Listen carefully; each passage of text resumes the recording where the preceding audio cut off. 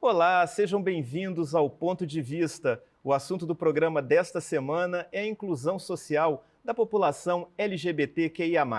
E nada melhor para tratarmos deste assunto do que conhecendo o trabalho que é desenvolvido pela Associação Gold, que significa Grupo, Orgulho, Liberdade e Dignidade. E o nosso convidado é o diretor da associação, Diego Herzog Perucchi. Diego, seja bem-vindo aqui ao Ponto de Vista. Obrigado pelo convite, eu que agradeço. Pois é, Diego, a Associação Gold, ela existe há quase 20 anos. Como é que surgiu a ideia de se criar essa associação, que hoje é uma referência para a população LGBTQIA+, no estado? Então, a Gold ela nasceu em Colatina, né, lá no noroeste do estado.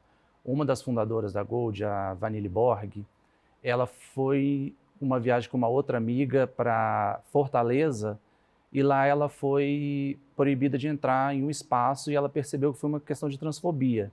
Né? Até então, ela ainda não tinha vivenciado tão fortemente assim, a questão da transfobia, porque ela nasceu em Colatina, todo mundo conhecia ela, né? Vivia naquele núcleo, então ela não tinha vivenciado muito isso. Então, quando ela voltou dessa viagem, ela voltou determinada com uma outra visão, né, de querer fazer alguma coisa para diminuir essa questão da LGBTfobia, e aí surgiu a ideia de fundar a Gold. Ela chamou outras pessoas lá, e fundou-se a Gold em 2005. Certo. De lá para cá vocês vêm atuando em diversas frentes de trabalho, né? E uma delas são projetos de enfrentamento, né, aos problemas dessa comunidade, né? E um deles é o projeto Mais Aconchego. Em que consiste esse projeto, Diego? O Aconchego, ele o nome completo dele é Centro de Cidadania e Formação LGBT mais Aconchego, né? Que a gente traz propostas de formação em direitos humanos, né, com palestras, oficinas para a população LGBTQIA+, e também tem uma psicóloga e uma assistente social para atender as demandas dessas pessoas. Quais seriam essas principais demandas, Diego? Por psicóloga é maior, a questão da saúde mental. Né? A nossa psicóloga atualmente está atendendo 25 pessoas e temos mais outros psicólogos voluntários, porque só a nossa psicóloga do Aconchego não deu conta devido à demanda, né? Agora, você diria que ainda há muita desinformação da população LGBTQIA+, com relação aos seus direitos? Sim, existe. A gente recebe muito pedido de ajuda, seja por WhatsApp, pelas nossas redes sociais, de pessoas que, às vezes, coisas simples, que não sabem acessar o site, por exemplo, da Defensoria Pública para poder marcar um atendimento. Né? A gente tem que fazer esse caminho com essa pessoa para poder que ela acesse os direitos. E quais seriam, pela vivência que vocês têm na associação, né, quais seriam assim, os maiores desrespeitos, né, as maiores violações que são cometidas contra essa população hoje? Olha, a gente tem desde do assassinato, né, que é a forma mais cruel, e o assassinato de pessoas LGBT nunca é só um assassinato, né, nunca é só 1, 2, 3 facadas, são 60 facadas, são tiro no rosto, são crimes cruéis mesmo. E desde violência psicológica, né, da família, violência patrimonial, por exemplo, de um pai ou uma mãe que rasga uma roupa de uma pessoa trans, né, que impede a lésbica de falar com a namorada no telefone, essas violências do cotidiano. E você diria que todo esse cenário de violência, né, que é praticado contra essa população LGBTQIA+, acaba muitas vezes fazendo com que essas pessoas elas se sintam marginalizadas e muitas vezes acabem até entrando para um meio de vida, vamos dizer assim, mais marginal, como a prostituição, por exemplo. E aqui nenhuma crítica à questão da prostituição, mas por não se vê como uma alternativa melhor, de repente, de sobrevivência? Na verdade, para algumas, principalmente para pessoas trans, é a única alternativa, né? Não existe outra alternativa para algumas pessoas trans, porque a escola não consegue dar conta dessas pessoas, a família não consegue dar conta, a igreja não consegue dar conta. Quem vai dar conta é a rua. né? E ainda é uma realidade muito grande, né, dessa população estar na rua e, consequentemente, um pouco à margem, né, de determinados direitos de que elas são, né, merecedoras, digamos assim. Uma situação de vulnerabilidade, né? Uma situação de vulnerabilidade muito grande. Um desses problemas também, Diego, é a dificuldade, né, de inserção no mercado de trabalho, embora a gente veja hoje, né, que já há uma certa abertura, né, do mercado de trabalho para, né, essa população LGBT, mas tem alguns segmentos, no caso, né, que ainda enfrentam uma resistência muito grande, né?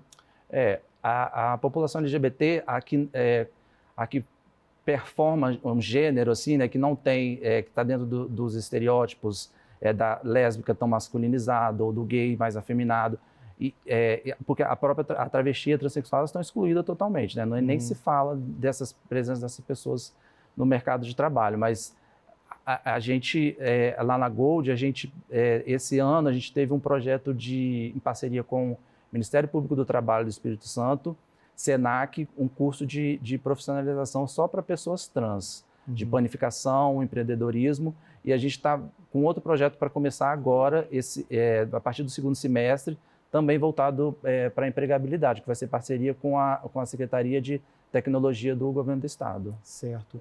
Agora, uma questão também que ainda é muito, muito complicada, né, e que é muito sensível também a essa população, é o acesso também a determinados serviços, né, de saúde, né? Sim, sim. Porque... E de que forma a Gold, de repente, ela atua nessa questão? Sim, porque a gente encontra despreparo nas diversas esferas, né, nos espaços institucionais, né? A gente tem, por exemplo, homens trans que têm dificuldade de marcar consulta com ginecologista, né? Tem ginecologistas que entendem que mulheres lésbicas não precisam fazer determinados exames, como, por exemplo, Papa Nicolau, né? E a Gold trabalha na área da saúde desde a sua fundação que a gente trabalha principalmente com a questão da questão do HIV, né, da prevenção ao HIV. A gente sempre fez trabalho de prevenção ao HIV e agora, atualmente, a gente está com 2 projetos de prevenção ao HIV. Você diria que hoje, né, a população LGBTQIA+, ela tem, vamos dizer assim, uma maior consciência com relação ao risco dessas doenças sexualmente transmissíveis? Ou ainda não, ainda precisa de muito esclarecimento com relação a isso? Eu acho que as pessoas até têm, como que eu vou dizer, um pouco de conhecimento, né? Já não se tem mais tanto medo do HIV igual se tinha antigamente, né? Porque é possível conviver, né, com HIV, fazendo tratamento, mas não é a questão de informação, mas a questão mesmo das pessoas se prevenirem, né? E também tem questões estruturais, né? Também tem questões estruturais que a gente vê, por exemplo, se a gente pegar os dados, a população negra são as pessoas mais acometidas por HIV, né? Os jovens, atualmente, também tem crescido muito o número de jovens com HIV. Uhum. Agora, você falou agora dessa população LGBTQIA+, negra. O preconceito, ele é duplo? Sim, nesse caso? Duplo, até triplo, às vezes, porque uma pessoa trans, negra, lésbica, né? Aí você vai somando vários preconceitos, várias opressões. Uhum. Bom, ainda um pouco nessa questão do viés da saúde, vocês promovem, né, campanhas sistemáticas de testagem, né? E não apenas voltado para essa população LGBTQIA+, mas também para outros segmentos da sociedade, né? Como é que está sendo realizado esse trabalho hoje? Sim, a questão do HIV sempre, como eu já disse, né, sempre foi uma questão muito presente na atuação da Gold, né? Atualmente a gente está com um projeto que está com testagem no terminal de Campo Grande e Itacibá, e outro que percorre os bairros de Vitória e Cariacica. E não é só a população LGBT, é a população em geral. Você falou que logo no início aí da nossa conversa, você falou da questão do acompanhamento psicológico que a associação oferece, né? No caso daquelas pessoas que são soropositivas, que estão aí convivendo em tratamento contra o HIV, né? Vocês oferecem esse tipo de apoio, esse tipo de suporte?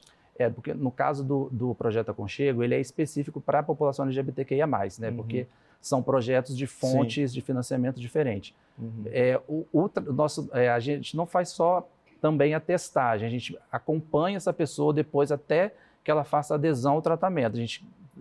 O nosso objetivo é testar, caso positivo, que essa pessoa inicie o tratamento imediatamente. Esse é o nosso trabalho. Né? A questão de... a gente já atendeu pessoas, né, que deu positivo de testagem, sim, no projeto com a psicóloga, mas não é o foco do Aconchego. Certo.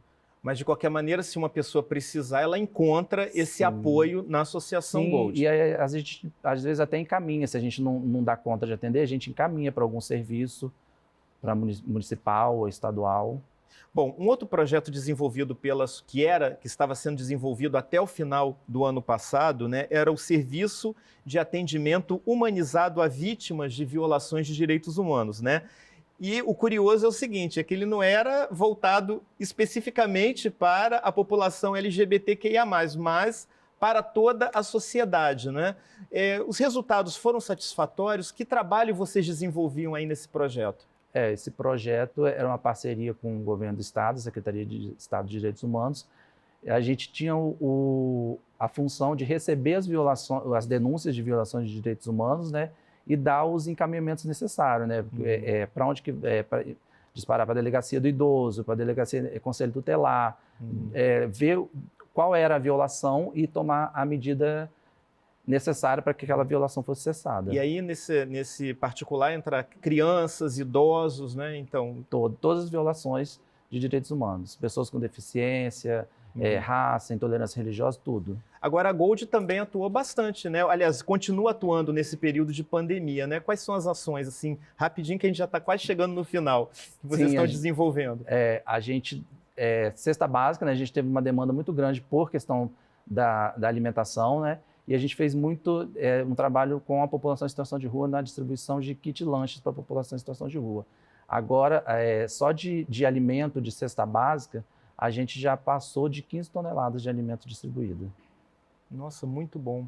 Agora, a Gold ela não está presente apenas na Grande Vitória. Como você falou lá no início da nossa conversa, ela inclusive surgiu em Colatina, não é? Ela tem também unidades no interior, em outras cidades do interior, não? Atualmente a gente só está com um núcleo em Colatina, mas a gente já teve projeto em São Mateus, em Cachoeiro, né? A gente, quando a gente é demandado também para ir para o interior, para dar alguma palestra, para dar alguma formação, a gente está sempre à disposição. E vocês percebem que há um engajamento dessa população que vive no interior com relação aos seus direitos, às suas reivindicações, às suas necessidades? Sim, o interior está com bastante coletivos LGBTs.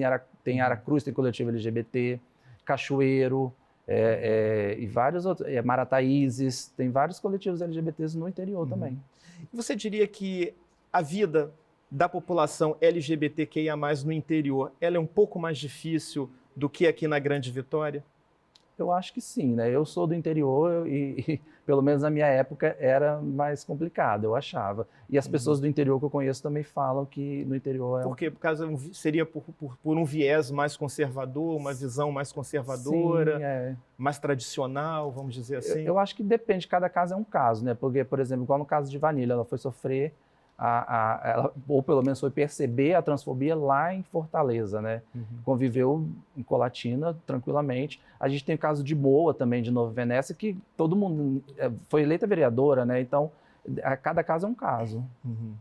Mas é um trabalho que a associação ela ainda pretende levar, expandir cada vez mais essa ação no interior do estado, não? Sim, com certeza.